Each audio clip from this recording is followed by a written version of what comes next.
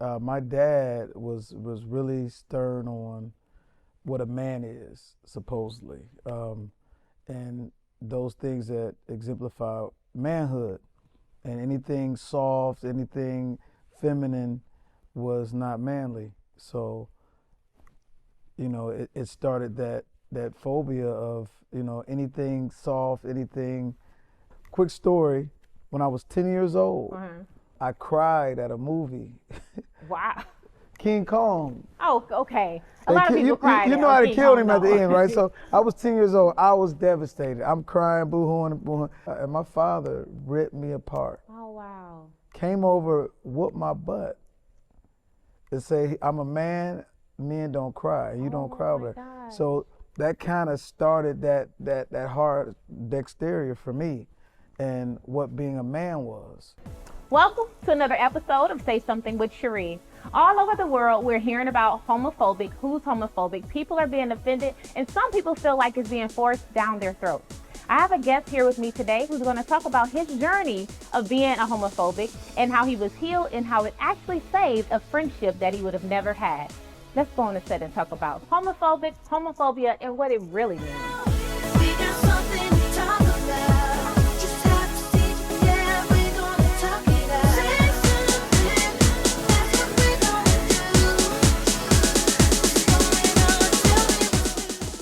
Let's welcome my guest, Lawrence Tribble. Yep, that's how you do it right there, Trib. You got to get on there.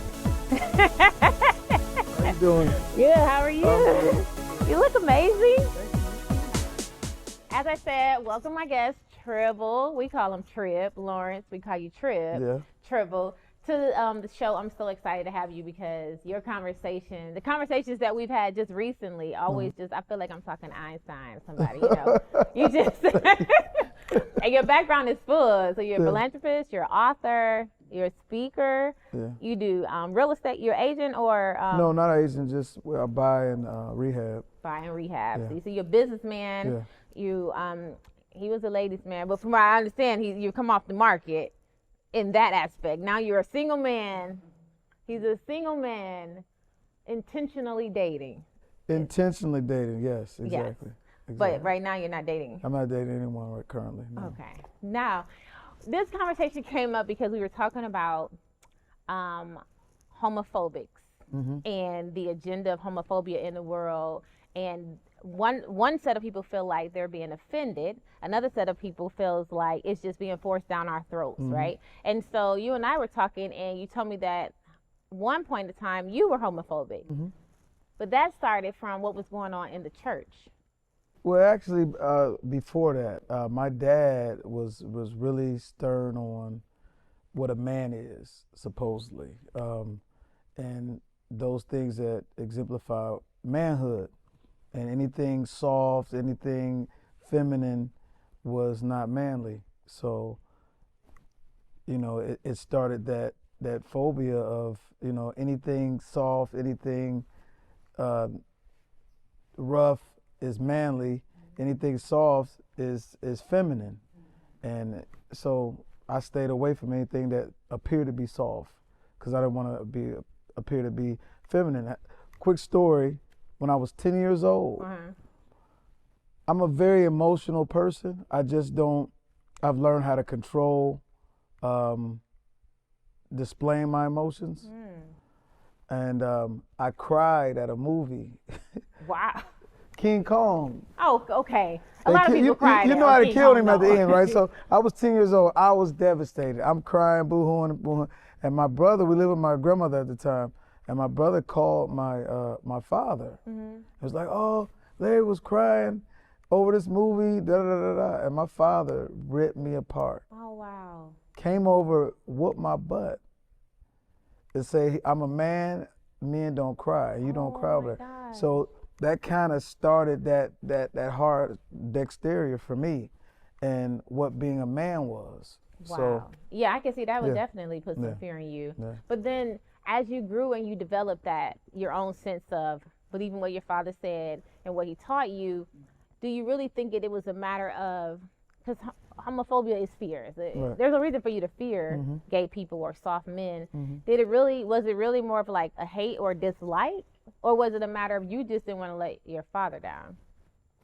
Well, it was not a hate at all. I love everybody. I just didn't understand. It was ignorance. I didn't understand why gay men were gay men. And I just didn't want to be around it because, you know, subconsciously thinking maybe they could change me or, you know, That's allow me to start liking men or something. I didn't know. It was just a phobia. It was a fear. And, you know. And I think that's how a lot of us were raised. You Yeah. know, our generation, we were just taught that that's Yeah. not what men do. Right. That boys don't cry. Right. You don't play with baby dolls. Whereas the other race, they Caucasian, they raise their children to play with baby dolls, boys or girls. They raise their children like little girls already got husbands in their head at 5 and 6. This is my husband, and their parents are encouraging it, and they're having baby doll. This is my family. We instill in each other like, no, stay away from girls. You stay away from boys. And so, if as a young girl you're telling me to stay away from boys, then now I'm supposed to like girls, and then you're telling the boys stay away from her. You know, so it's just that whole upbringing that just really had us messed up in our head. So I can definitely understand that. But then, as you got older, you was in church. We talked about one of the biggest leaders in the city where we come from at the time being over, who was gay, and over the boys ministry. You were saying like that was something that you couldn't understand either because the church knew he was gay. Well, he claimed not to be though. So I mean, he was still married technically to a woman, and but it was plain as day, I guess, to most people, and but unfortunately and fortunately, he had a strong young male ministry. Yes. Where he reached out to the males of the church, the young males, and he kind of, you know, groomed us, if you will, about the Word of God. You know, I don't know about anybody being touched on or, you know, presented with anything sexual, but until later I found out some things, but during that process, he was a great man building young men, and even with, you know, a lot of his issues that he was dealing with as a man. But that's even hard, like how you even could say you can say that now. He was a great man dealing with his issues, but still your father taught you that that's not. Right, exactly. That's not a man. That's right. Exactly. But this man was feeding you the Word of God, and you was. And that's what drew me to him was that piece. I never forget it.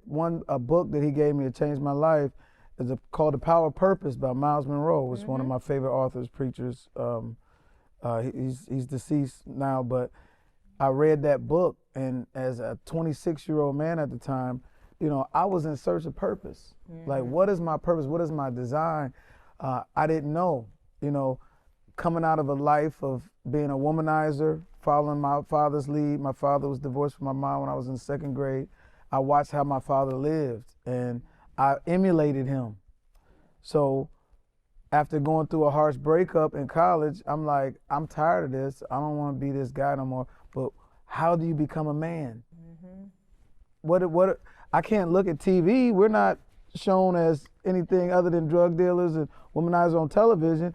The community I'm in, we're the outstanding black leaders that I can follow or emulate. I didn't know. And I found that in church. And he was the guy that gave me the book. I read the book, so I'm in search for purpose. And I'm like, oh, my light bulbs come on. And I'm like, it came from him. And he's steady reaching out to me.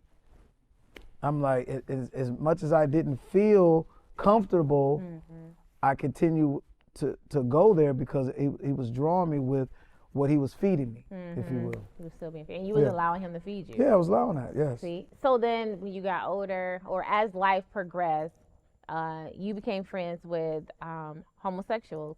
Well, and which is like how you end up being roommates and friends with homosexuals when your dad taught you this, then assume homosexuals feeding you the Word of God, you receiving that. It's like you. At what point did you just say? Well, this is the thing. Relationships are relationships. True. And you know, God was teaching me a valuable lesson about who He is. You know, and we all have our individual struggles or fights, if you will, and sometimes you have to put blinders on to things we see in the physical and be able to connect to someone's spirit. And I had to do that, and it was trusting God in the process, because I couldn't have done it on my own strength, because that was a fear of mine. I'm not gay. I don't want to become gay. I don't really want to socialize with somebody that appears to be gay, but it's something about this brother's spirit that's drawing me to him and allowing them to be in my space. And as I opened up and yielded to the spirit, because it was not my flesh at all, Wow, right. I allowed certain people to come into my space, and it was probably the greatest blessing of my life. Because of the friendships that Because you of the made. friendships that I built. Some of my greatest, friendships was built with, individuals that are not 100% heterosexual. Yeah. Okay. So even in that journey, I was going to ask you, so as you were going through that, learning that, even the spiritual, did you ever experience other men? Did you ever say, let me not. find out? No. Because this is okay. Absolutely not. Okay, No. it's no part of my chemical makeup do I ever or been curious or wanted to do anything sexual with a man. okay. So then, thank you for clearing that up. Yeah. That's just, to me, it's inquiring minds want to know, right? Uh-huh. Because the way you got through that, and I love that the Spirit of the Lord led you through that, and now you where you are today. You was criticized, you was labeled gay because of you made these friendships, and then so like, how did you get where? What was the turning moment and the aha moment after you went through all of that, being taught one thing, being fed by another thing? Well, I had two turning points, because I'm a person that I don't really judge people's behavior. I'm always looking behind the behavior, what caused that behavior, and what lessons am I supposed to learn through this individual. And going through those processes with these people, I was always thinking, like, what is this for? What is this for? What is this for? This goes against a lot of stuff that I was raised with and what I heard. Like, what is it for? To fast forward, a couple years later, I had group homes for at-risk youth. Wow. A lot of the kids I dealt with were raped, were struggling with homosexuality beliefs. If I wouldn't have went through some of those processes I went through before that, I wouldn't know how to service those kids. That's good. Because I was so homophobic, I'd have been like, I can't help this kid, I can't. So to learn how some of my friends became, homosexual at some points, or bisexual, those processes they went through, them explaining to me and allowing me to take those fear eyeglasses off with homosexuality, I was able to service those kids. Yes. And I had one of my dear brothers that struggled with homosexuality for years, but was considered a straight man, had some issues. He was living in a place where, in Ohio, where he needed me to help him put plastic on his windows. Mm-hmm. So I came over to help him do that. And it was just like the pipes were frozen, the sink was frozen. I'm feeling wind damn near blowing through the windows. I'm like, this plastic is not helping. So in my heart was saying, you have 3 bedrooms. Right. I already had one roommate, was a straight guy that I went to college with, whatever. And I'm like, you have another room. This dude can't stay here. He needs to stay with you. But my flesh was saying, oh no. Don't do it. They're gonna think I'm gay if I let this guy stay with me. I don't wanna do that. But my spirit man, which is my God man, said, dude, offer him a room at your place. Do you care about what popular opinion, or do you care about what I think about you? Oh, I love that. And I had to focus on what God felt about me and say, forget popular opinion. People are finicky anyway. You know how people are. 1 minute you this, 1 minute you that. It doesn't matter. So, but I was young. I was 27, 26 years old. Even for you to make that decision in your 20s and not care about popular opinion shows you've been on a journey of growth since you were able to understand what it looks like. And so many people, I feel like, that's really what it comes down to. I was looking at a clip the other day. Charlamagne was talking about homophobic men really are just a fear of karma. And then I looked at another clip where a young lady was saying that black women are the most homophobic because everything that a black man does, we'll label it gay. You know, Oh, yeah, if he going on a boys trip, oh, they gay. Yeah. If he ain't trying to get none on the first date, he gay. If he getting massages and fingers of hand, he's gay. Yeah. If he cry, he gay. You know, if he expresses stuff, Yeah. we instantly say you gay, you gay, you gay, as if we hate or fear that gay community. And I feel like meeting you and hearing that, you know, a man heterosexual who literally is not afraid to say, like, no, I went through that, but I am who I am because I let the spirit lead me. Like, that's just so powerful, and the lessons that you learn, and then you're able to feed back into other youth. And then just to hear that you got a lifelong friend out of just showing up saying, this is what God is saying, he's using me to do this. Like, that speaks volumes to you. I love that about you. We're spirit beings first and foremost. Yeah. So we're actually required to live by the Spirit, but because we don't renew our minds daily, we get back into that flesh. And I care about what she's saying, what he's saying, instead of understanding the leading or guidance of our Comforter, which is the Holy Spirit, listening to that voice, that small voice. I wrote a book called Sweatless Victory, 10 Answers to Everyday Questions, and I talk about a lot of listening to that small inner voice because he's a gentleman. He's not going to scream and yell. It's subtle. And you have to slow down and listen and pay attention and be obedient to that guidance.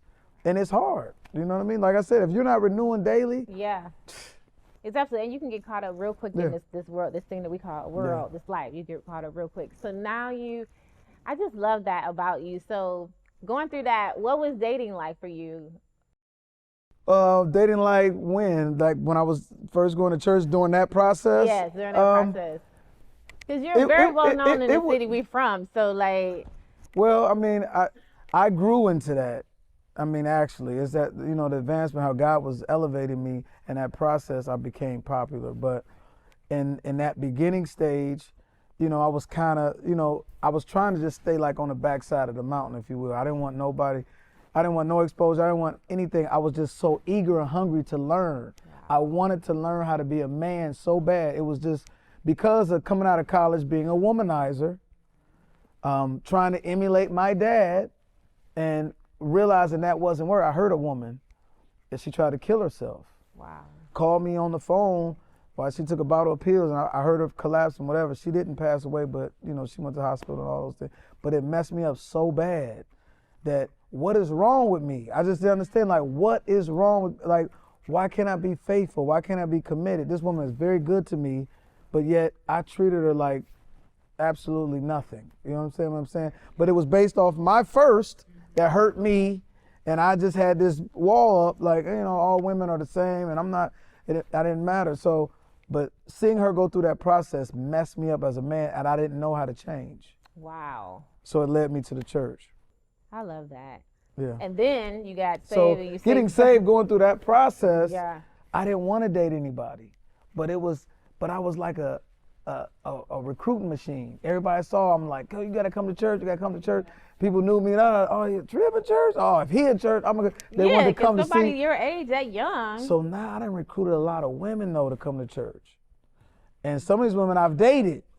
So, most of them probably. Right, most of them, yeah, you're right.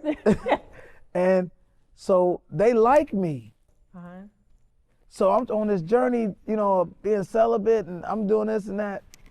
And then I met a young lady, which is my daughter's mom. She was actually a stripper, and I didn't even know it. You know what, you attract, hearing the stories, I mean, you attract some projects. Yeah. So I meet her, I met her on campus, but I didn't know she danced. And I ended up picking her up from work one time, and I just was curious, and I got out to look, the doors were locked, and it was a private something. It was really crazy. So I broke it off, but I was going through a celibate phase. I just got saved maybe 12 months prior. So I was like, hadn't had sex, no masturbation, no nothing for at least 13 months. So you was pissing her off. Well, no, I think I was a challenge for her, because after talking to her and figuring out her lifestyle and how she lived, she got off on controlling men in that way. She liked being desired by men. She had a few of them, you know, at once she would tell me, and I was like just reaming her, like, that's a whole behavior, this is it. And then she was like, well, it's a double standard. And, I'm a realist. Yeah. And so I understood what she was saying. Like, she was like, you've had sex with women because she's pretty or she has a nice body or whatever, and that's not your woman. Why is it wrong for us to do it? Now, as a 51-year-old adult, I understand the difference and why it's wrong on both sides, but why it's so much, it's detrimentally different and wrong for a woman to be sexually promiscuous than for a man to do it. We both are losing energy, but a man, unfortunately, our value can continue to go higher, sleeping with as many women as we want. Yeah, unfortunately. And unfortunately, when a woman does it, her value goes down. Yeah. I don't know. For different reasons. I think that not in today's world though. Well, today it's celebrated. It's celebrated for younger men, possibly. I don't know. And the younger girls. And younger girls, look at definitely. what their influencers are, what they have to go by. And I think that's because older women are not giving back the same way. Yeah. But why is it that? Well, I mean, you had Big Mama back in the day. True. She gonna pull you in like, girl, listen. She gonna tell you how to dress, how to talk, Absolutely. how to be perceived by men. We don't have Big Mama anymore. Big Mama. But you know what? In the same token, though, that came from Big Mama then. But you, as a man who was dealing with the baby mama who was going through that, and you was trying to tell her that's not right. You were trying to train her or teach her. And she actually started coming to church. She quit. She stopped dancing. Okay, I didn't get to that part. So men can help us too. We can, but we can help each other. I think men lead by example, and she watched my lifestyle. And even though she was seducing me in the process, which by the way was my worst sex experience ever, I think it lasted 10 seconds, and I had a baby. I had a baby. I had a child. You were celibate though. Y'all weren't supposed to have been humping. I know. That's what I'm saying. So when it happened, it was the first time I've touched a woman, did anything sexual. Oh, that was your first. You was a virgin. No. I was celibate for 13 months. So 13 months, you was like Mary all over again. Yeah, so it was like, touching her, it was probably on its way when I touched her. So I'm like, oh my God. And I cried like a baby. Listen, I left her house and sat in my car and just cried because I knew she was pregnant. I knew it. Something in my spirit said she's pregnant. And I'm like, I've only known this woman maybe 3-4 weeks.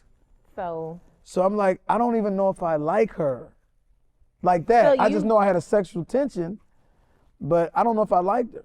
And I didn't eventually. I mean, I tried to be with her because she was pregnant and it didn't last 2 months. But that's a whole nother story. Yes, there's another story. So yeah.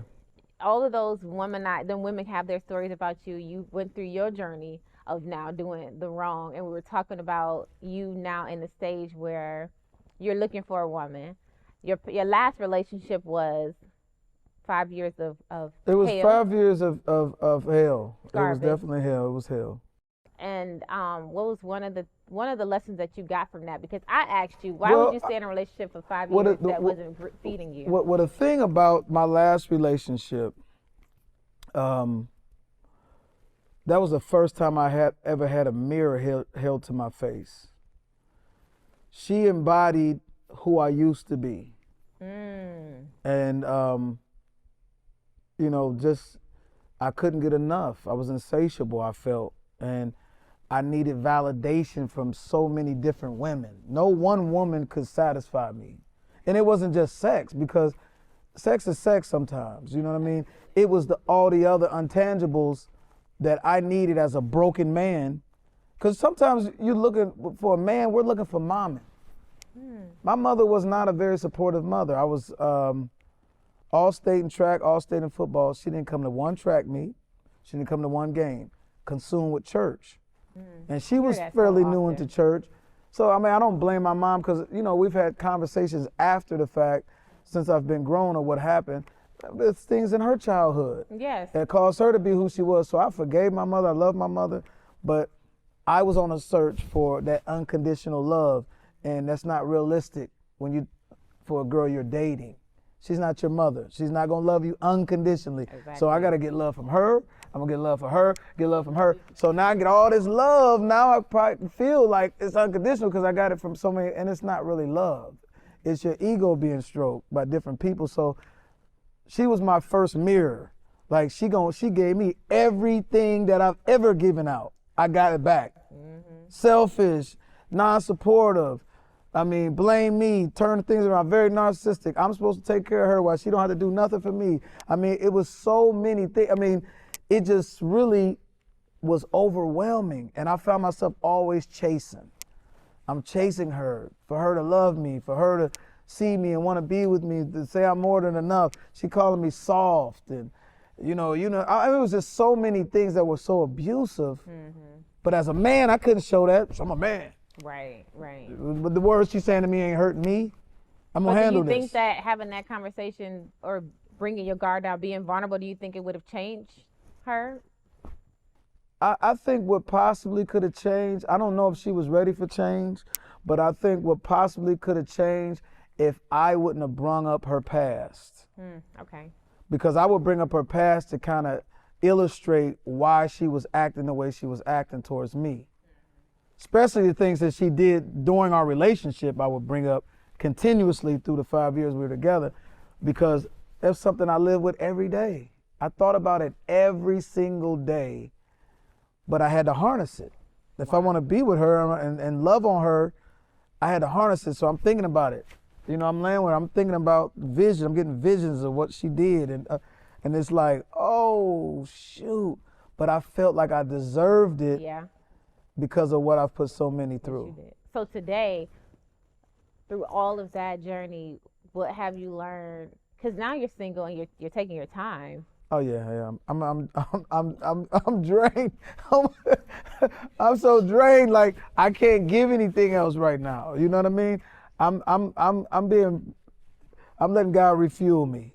You know what I'm saying? Because you gave it. You just poured it. She pulled it all out of you. Yeah. So what's right now? What is the makeup of Lawrence? What is Lawrence looking for, or Trib? What you looking for, and what was the lesson that you've learned even from that last? Well,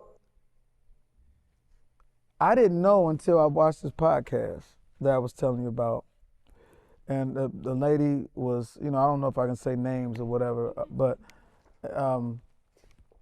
she was stating how women didn't need men, which is crazy. Which is crazy until I really listened to what she was saying, and it was so many truths to what she was saying. How men don't really listen to women. We tolerate women. Okay, because you could talk to 90% of men and be like, man, my wife be, man, my girl is always da-da-da, and we half listen. And so we don't, because men typically are not like that. You have some men, and we call them feminine men, that talk a lot, and it's always, and you just kind of focus off at the first 5 minutes, we're like, and we're not really paying attention to the heart of the woman. Our thing is, I provide the money, I take care of the house, you don't have no wants, sex. That's it. Everything else, we feel like we did our job. Yeah. You're not getting kicked out, your lights is on, you're getting fed, and we don't really process the real needs of a woman. But is that, so you agree with her saying? I agree with that because we don't think like that. We're not, and then what she was saying that biologically we're not wired that way. And I haven't done the research to figure that out or not, but I'm friends with enough men to know that most of us do act like that. Yeah, and I acted like that because I've never had a woman require certain things from me. So I had a big house on a hill, on the lake. I had Escalades, Mercedes, jet skis. I had tangible things, and I was just somebody like, oh, he got money. So I'm not gonna rupture that and say what I need emotionally because I don't wanna lose him. So I never got held to that responsibility of catering to her heart. So they just let me do whatever. So of course I didn't respect that. Right. So it was on to the next, on to the next, on to the next. It's good that you say that. Right. Women need to hear that that's not respected. Right. You see exactly the softness. You have no morals, no values. Just gonna let me do whatever I want. So I don't respect you. Right. So now you're to the point where you want to actually connect with the woman. I want to know a woman's even though heart. you feel like she doesn't need you. I feel like we do need each other. I mean, but this lady was saying that, and through my processes through life, I do see women a lot stronger than men in a lot of areas. You guys can be alone. You can be alone. Most men can't be. I can be alone, but I hate it. I don't want to be alone. I want the touch of a woman. I want to be able to, as much as men like women laying on their chest and just being their security, I like to lay on a woman's chest as well. I want to feel that security that I know this woman loves me, she adores me, she honors me, she respects me, she feels protected. That's a need for most men. Wow. That's a need. If they just say it. Yeah. If they just would say it. Yeah. Because, I mean, right. We learn from men. Right. You guys leaders. You Right. just got to be vulnerable enough to say it. But we're in a world now that a lot of these women think it's soft for a man to express himself in that way. That is true. And I hate to hear that. I heard you say it. I heard another friend say the same thing. And I feel like, where am I? Because, hey, my friends and me and my friends are single too, but that's what we do. Like, I tell my husband, come on. He's like, what? I'm like, come lay down. Because if he lays down on my lap, then I can go to sleep. Right. So we do that. Like, we cater. So when you say that men can't find that safe place in a woman, it's kind of like, where are we coming to? Because I got a list of single friends who are like, I can't find him. Right. And then here you go, Trib, telling me I can't find her. So we need to do some type of dating, something, because you hit 50 now and you ready to do right. But I was ready to do right for the past 5 years, I want to say, at least. I'm 51, last 6-7 years. I've been ready. I just, I was kind of restarting my life. So I wasn't financially in position to really be out there. And so, it's just been entertaining, entertaining. But now you rich again, he's rich again. No, I'm not, I'm far from that right now. I'm rich in spirit. Hallelujah. So, but I'm on a journey. And I don't think that my wife necessarily is coming when I'm on the hill, the mountaintop. Amen. I want her to come on my journey with me. You know what I'm saying? Because I think it's a certain level of love and respect a woman gives a man when she sees how hard he works to become who he's becoming. You understand what I'm saying? But a lot of these women want the finished product. Just pay me. Give me money. Pay my bills. I'm like, I don't even understand that theology, pay my bills. We're not married. We live in 2 separate households. Why would I pay your bills? Yeah, I don't understand. Because I love you. I mean, I take you out. Every time we go out, it's on me. Every trip we go on, it's on me. Your mom, your kids, birthdays and Christmas is on me. But I'm supposed to pay your bills too? Like, I know, we gotta wrap this show up. But I get what you're saying, but it's like, did you lead that way? Are you attracting that type of woman? I dress nice. Off like that. I dress nice. I always have a nice car. I have a nice home. So maybe that's what they see. I don't project that. It's the conversation in the beginning to make them assume that you're about to just... I don't make women believe that I'm going to pay them. I think they believe they're going to have a good time. This guy's a well-traveled guy. He can speak, he has things, he's accomplished things. I just think they make up in their mind that type of person. You look on my Instagram, you can see I've been all around the world, I've done things. So they just make up in their mind, he has money. Yeah. Even if I don't. It does take money to travel. Right, so it's like, well, he's doing this, he gonna do that with me. He's gonna do that with me. And I will, because that's my DNA to take care of my woman. Oh, I love that. I hope the fellas is listening. But understand me, you're my woman when we're cohabitating together. Yeah. We're building something together. You're on the other side of town and I don't know what you're doing, and I'm on the other side and I'm doing this. That's not my obligation to take care of you over there. Because it's a certain level of trust that's missing, that you're still over there. You understand? That's a good point. Yeah. We did another episode, Lauren, because now we done went to now I got 5 other questions and I got to wrap it up because I want to hit that part right there. At what point does she get that? Okay, but anyways, we'll get there.